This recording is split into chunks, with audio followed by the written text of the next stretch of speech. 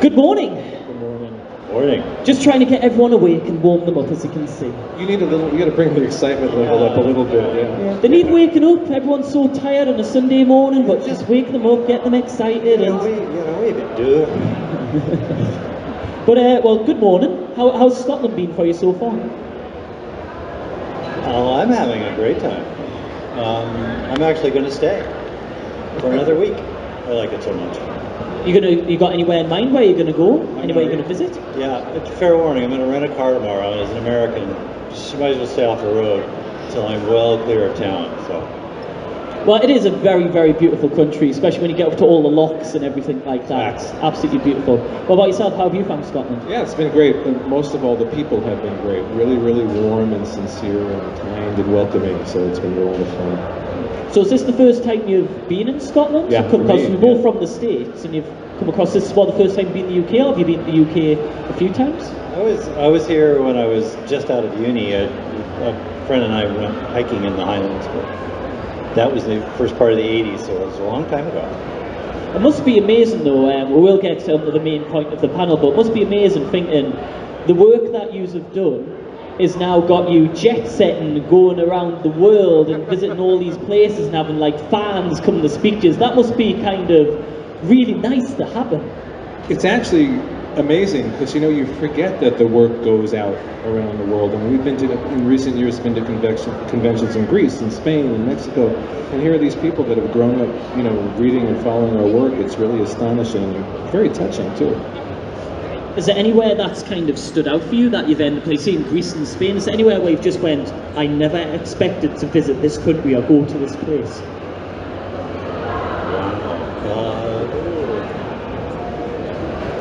I think what's interesting is the difference in sizes. I mean, there's some monstrous great conventions in places, but there are some small towns that host amazing shows. There's Aviles and stuff. Yes, fantastic. The whole town is the convention. So there's not even really a convention hall. You just go sit in a cafe and people come up and you sign their books, and it's really very sweet. It's 4 or 5 days of just talking about comics too. And eating a lot. Yeah. That sounds so different, but it actually sounds so like nice. It's kind of like a little community where Exactly. everyone kind of loves the same things. And but the whole town is into it, and the mayor comes out and gives a speech, and it's the whole thing. It's great. Now, one town over in Gijón in Spain, they have comics is just one part of a much larger municipal celebration. So there's race cars and there's pantomime, and there's a rock band right around the corner, and comic books is just one aspect of this much larger citywide thing that's happening.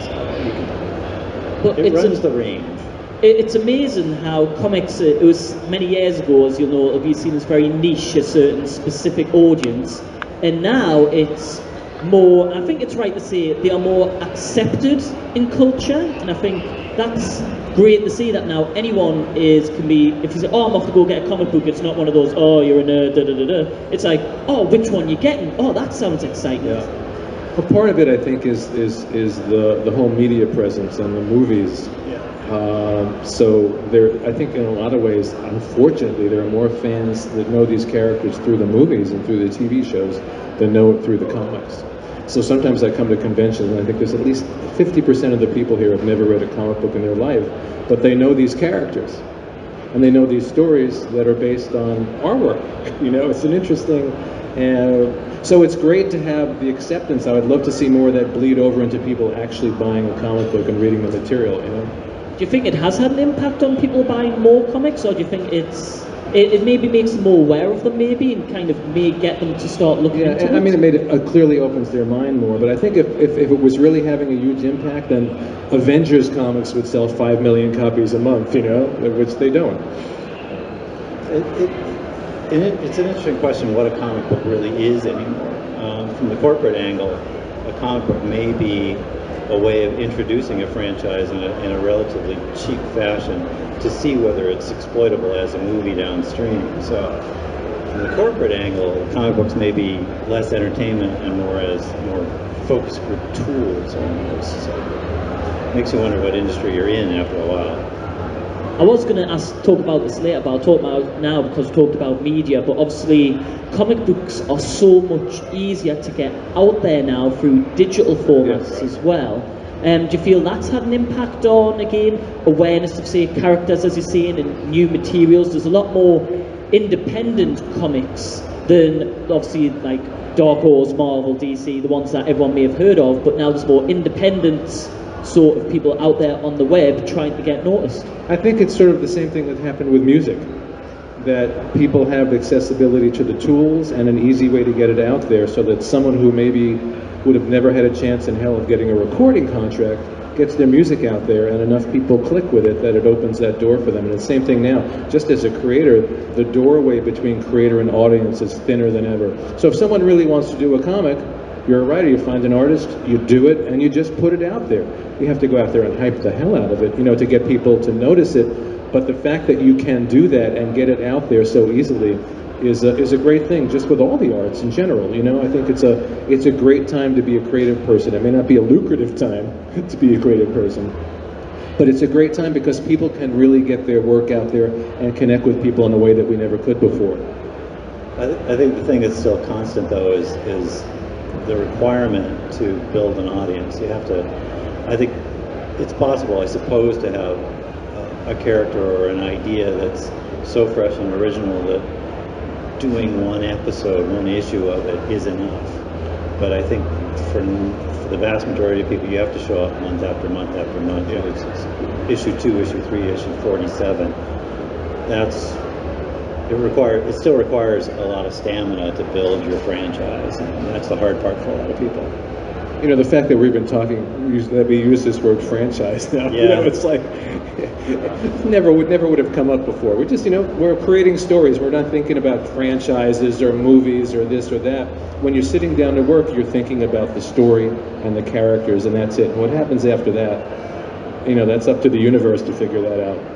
Because I've spoke to a lot of writers and illustrators, and a lot of them say when you're first starting out now, because of the way social media is don't see other comic people as your competition, see them as a support network and support each other, because the more support, the more followers you're going to have. So if someone likes their comic and they see them communicating with you, they might go, ooh, what about that comic? And obviously building up that support network. Would you say that's still something that's worth for people? Because no doubt you'll get the question of, how do I get started? How do I get into this? Would you say building a support network of similar-minded people can help to build that? Absolutely. I think there's a great, just through Twitter, there's a great creative community out there. I have connected personally with more other comic creators through Twitter than many other ways over the years. People just start to follow each other and chat with each other and just do that. Oh, so-and-so's got a new book out, I'll retweet that and get the word out about that. And that's a really nice thing. The other nice thing is just the fact that it really, same thing about dropping that wall. It dropped the wall between creator and audience, so that it's so easy to communicate with the people that read and follow the work and enjoy it. And it's a really nice thing, because most of us spend our time alone in a room by ourselves. I always say I spend my time alone in a room playing with my imaginary friends. So when you remember there are actually real people out there reading the material, and you can connect with them, through social media. It's a fantastic thing. Yeah, I've only been on Twitter for a couple of months, and it's totally changed my perception of the audience and my relationship in this cosmos of comics. I had no idea. I was working for 40 years, more or less, in isolation, in the privacy of my room, without any real idea of what was going on out there. And now it's surprising and astonishing in a lot of ways. And no doubt getting feedback. I know there's a lot of negative people online, but you will get certain ones that will say, oh, I really loved the way this story panned out, or I loved how this was illustrated. And getting that feedback, knowing what they like, does that kind of inspire to go, well, that worked really well, maybe I need to kind of go towards that sort of angle? Or do you just... Never. No, you can't write stories that way. You can't tailor your stories to something that you think the audience will expect or like. You have to follow your heart and your own passions and your own ideas. And what's interesting too, you mentioned there's a lot of negativity on Twitter. I have to say, I have rarely encountered any negativity on Twitter. And I think a lot of it depends on what you put out.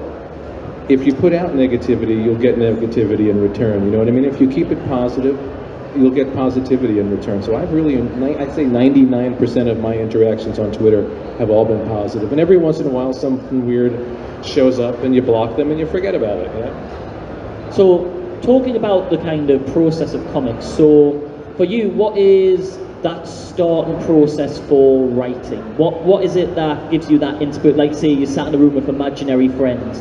How does that process begin for you? You know, a lot of time it begins for me. I see movies in my head.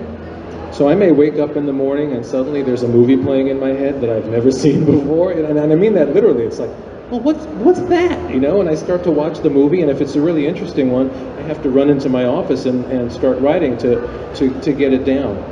And that's, to me, that's the purest level of creativity. You know, that's the way, when that happens, when the story takes on a life of its own, and it's really just me recording something that I feel like is being broadcast into my head.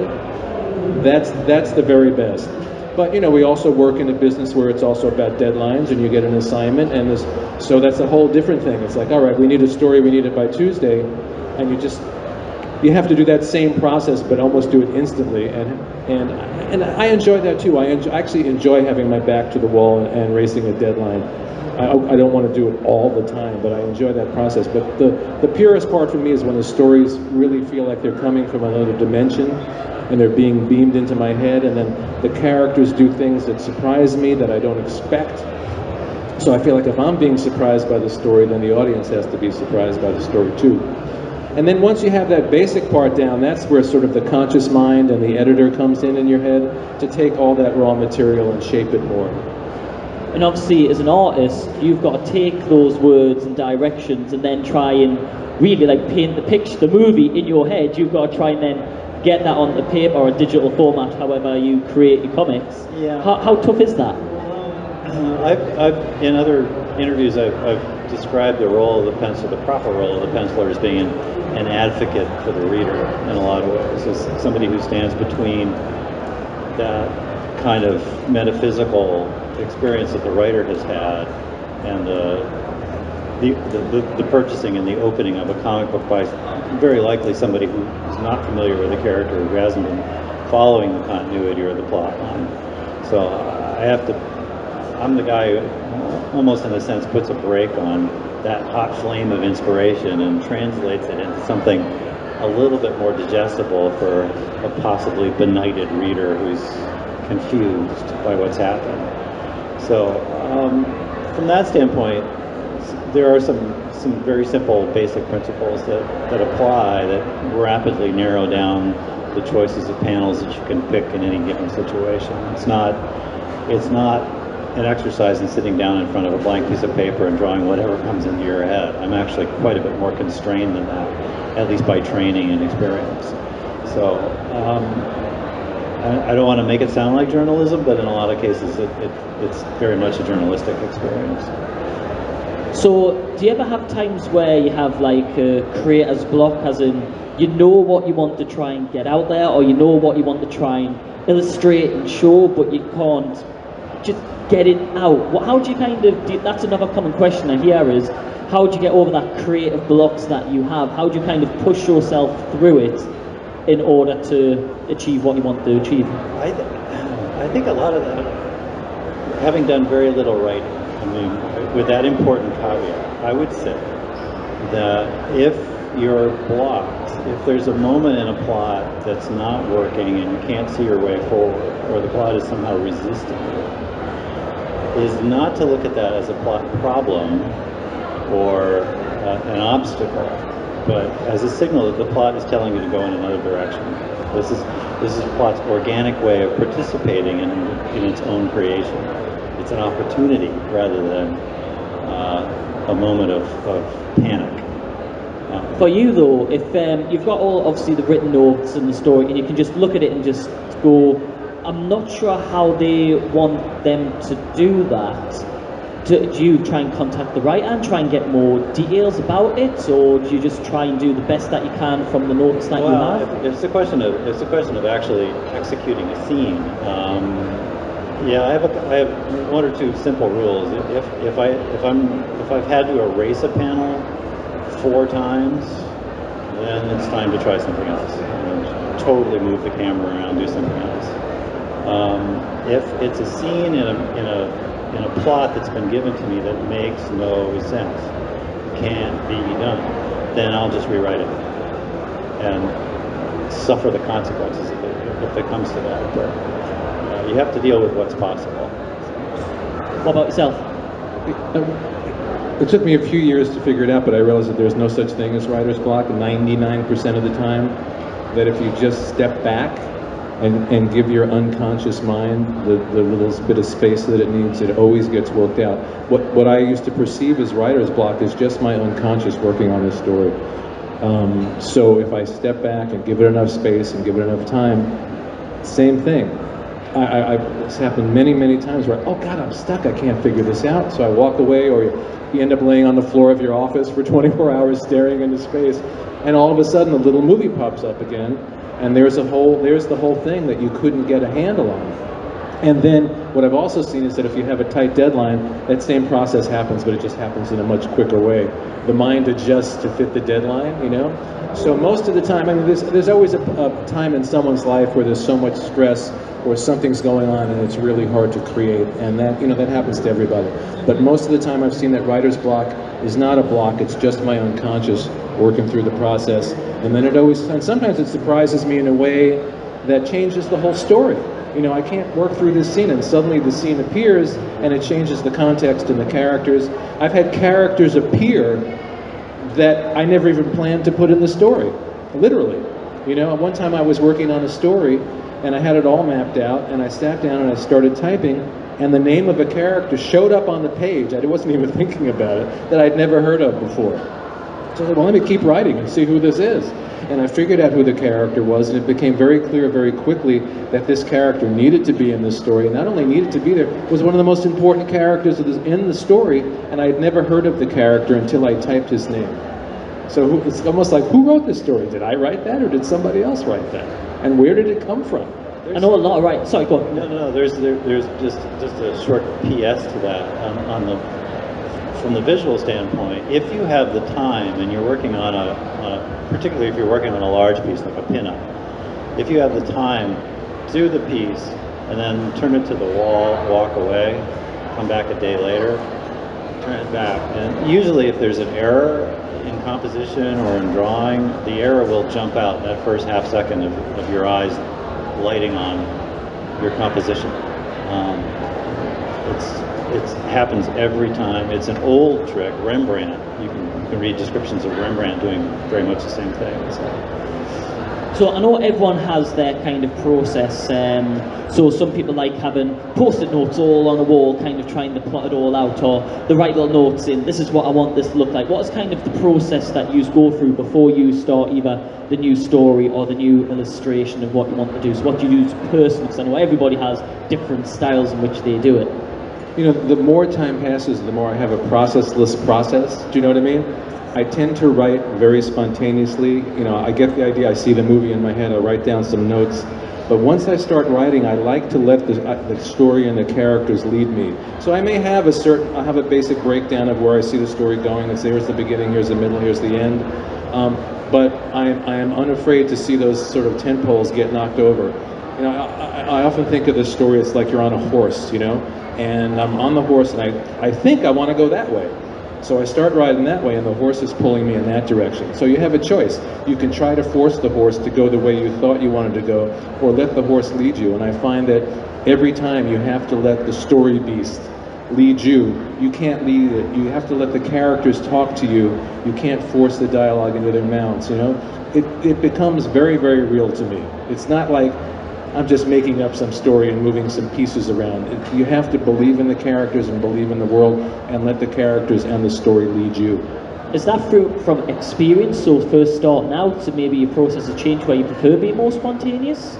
You know, when you're first starting out, you're spending a lot of time on the craft end of things, just learning a format. Say you start working in comics, or I work in TV and film too, learning the format of a comic book script, learning the format of a screenplay or a TV script, and trying to fit your ideas through that format. So it's very conscious a lot.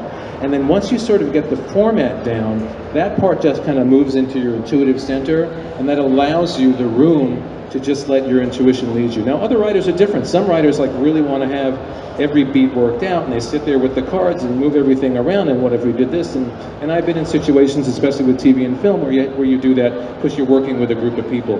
But for me, in the ideal situation, it's just, I just want to let it flow and see where it goes and surprise me. And since I've been doing it forever, I have enough craft that I can take whatever it is and shape it and make something at least readable by the end of the process, you know? If you want to add to that. From the penciling standpoint, it's a shade more technical, obviously, because you're dealing, every page is its own little battlefield in a way sometimes.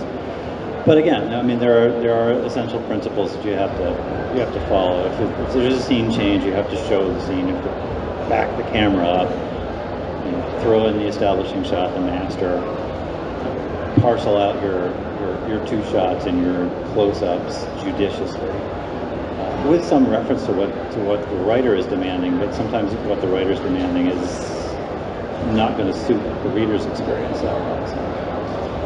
So you've both worked with a long list of very famous characters, very famous companies, Marvel, DC, and the works. What have been some of your sort of favourite stories from your kind of past history of working in the comic area that have really stood out to you, that have been really enjoyable to work with? I know it's a tough question, especially when you're trying to think which one's been that. I think some of the most fun projects, and I'm only looking at this from the outside, but I think most of the really fun projects I can remember working on were written by writers who more or less famously had submerged themselves in their characters and their characters' lives and their universes. Chris Claremont's a prime example. He had basically subsumed his life into the X-Men. He was the X-Men. He had no other existence apart from the X-Men in a lot of ways. But the result of that was really deep storytelling, really ramified plot lines, well-explored characters, and interactions that were completely believable. I think if you're lucky enough to, as a penciler, if you're lucky enough to have encountered and to work with a writer who's willing to make that kind of personal sacrifice, that's immensely rewarding. It's got to be. It might, in the end, be somewhat damaging for the writer, but that's on them.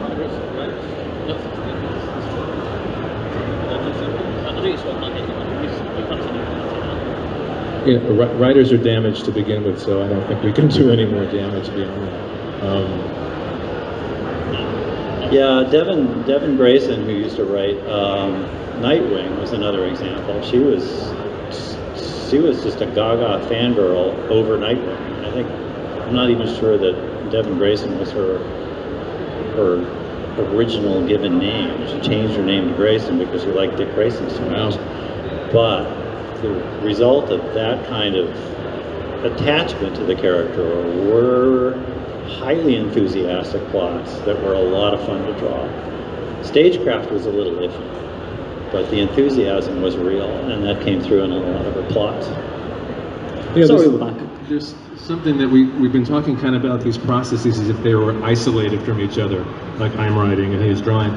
And with comics, it's all about the chemistry between the two. You know, I have worked on stories where I think I've done a really terrific script. The artist has turned in a great piece of work, and the story is dead on the page.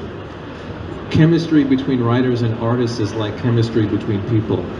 You know, you walk into a party, you see someone interesting, you start to talk, and it's like you're just not connecting, you know, and then you turn around, you bump into somebody else, and instantly you've got some connection. And it's the same thing with writers and artists. You know, I've had some artists I've worked with, and they're terrific, but there's nothing happening. And other artists, like on the first page, the first panel, something really magical happens.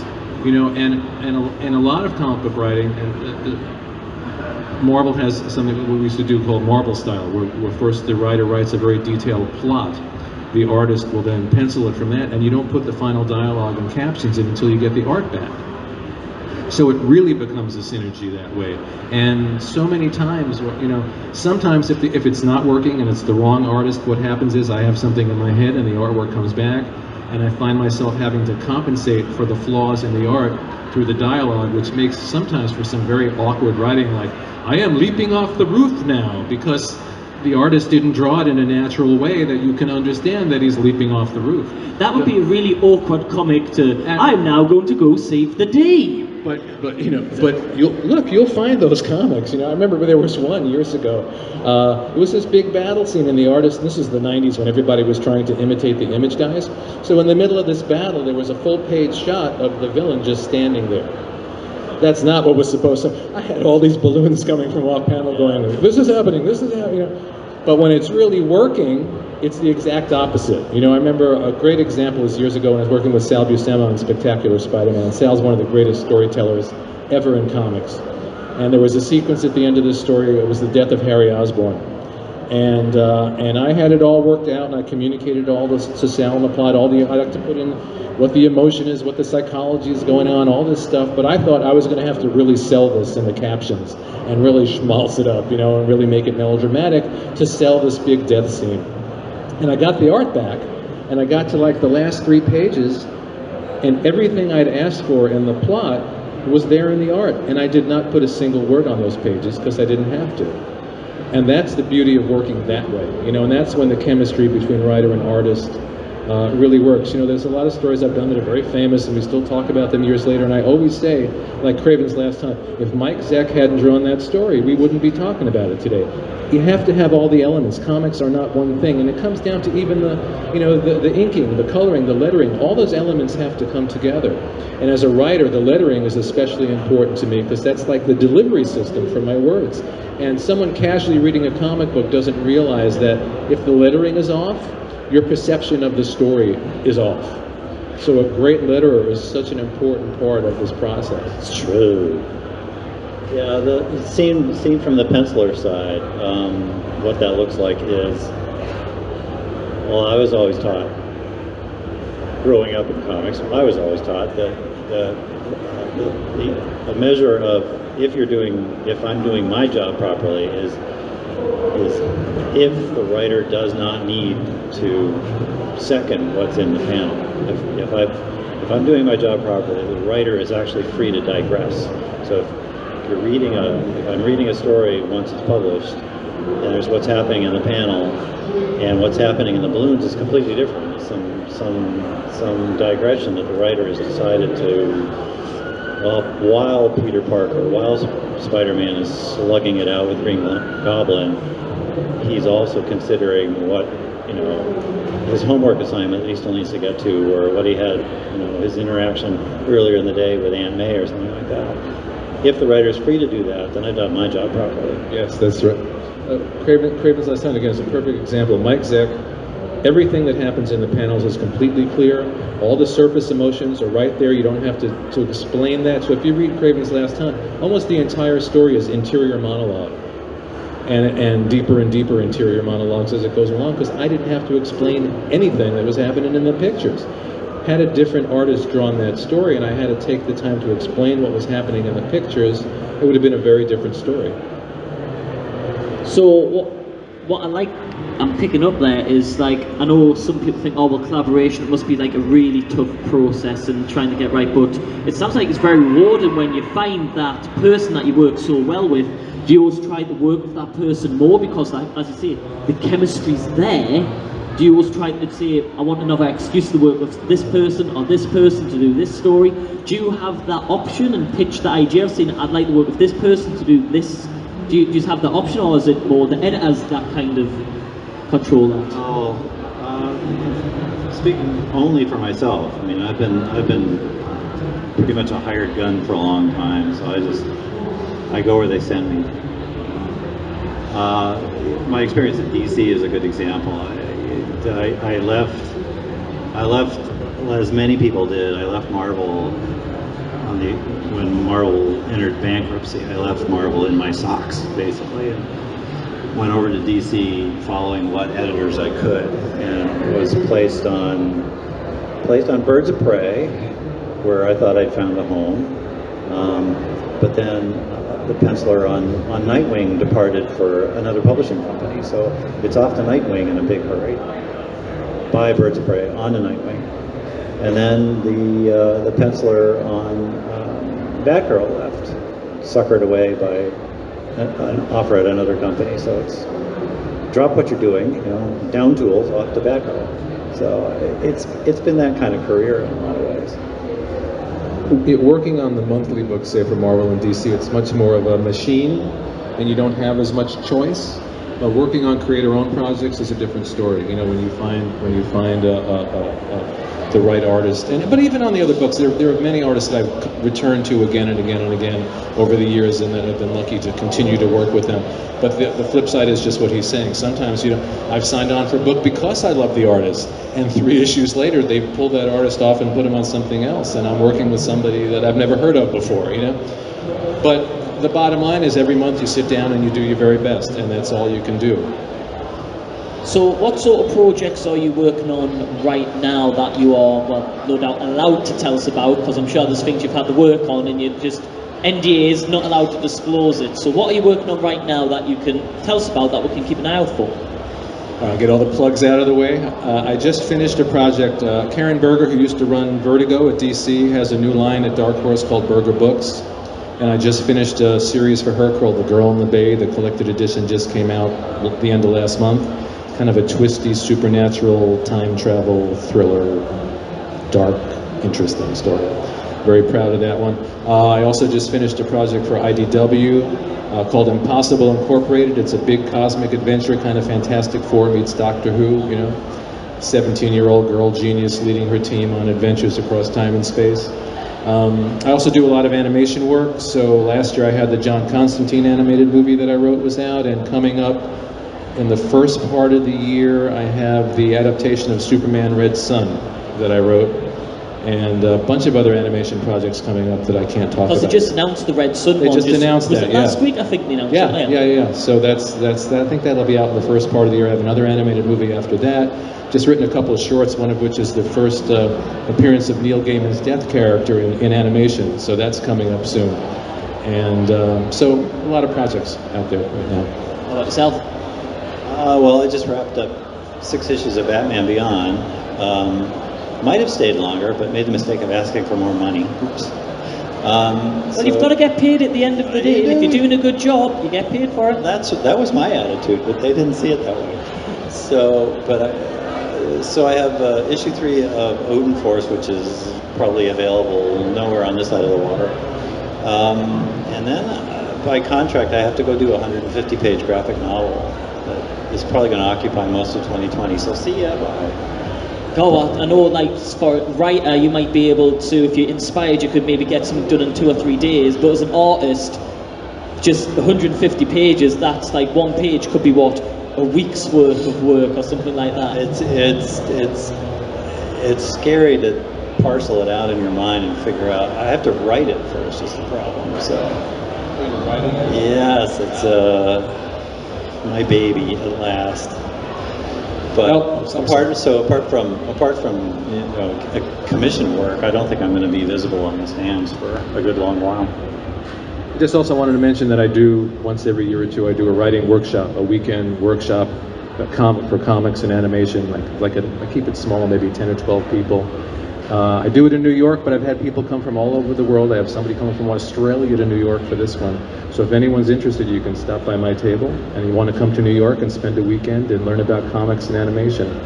It's a lot cheaper to get the New York from the UK now as well, which I've noticed, which is pretty cool. So my other half keeps going, should we go on the shopping trip? And I'm kind of like, well, that's going to cost us a fortune, but we could. But if she goes shopping, I'll come to the comic book. That sounds perfect. I also want to say, I just noticed that they have 2 pictures and we're both touching our chins. That was not planned. It's like you're looking at him going, what's he going to say now? And like, don't know what I'm going to say. That's pretty funny. But thank you so much for the panel today, and thank you for coming all the way to Scotland as well. And obviously, enjoy your week of travelling. How long are you going to be in Scotland for? We have just 1 day of touring to do tomorrow, then we go home on Tuesday.